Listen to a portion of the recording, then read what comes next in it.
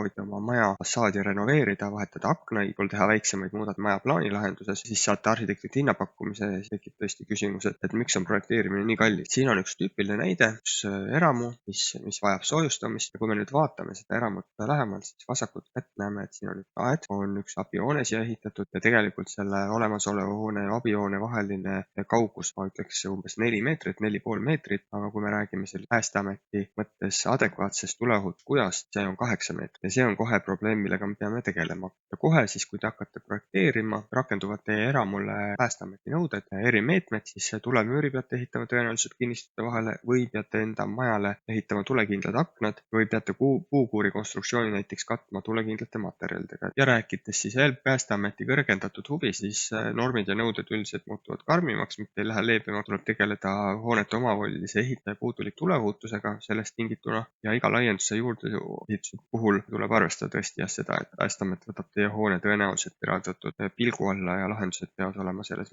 korrektsed. Projekt ise võib ju öelda, et ei ole väga keeruline. Vaja on ära lahendada Päästeameti märkused, otsida need parimad lahendused. Menetluse aeg on samuti, mida suurem omavalitsus, seda pikem. Väiksemas omavalitsus on tihti abi sellest, et näiteks omavalitsuse ametnikke tunnete.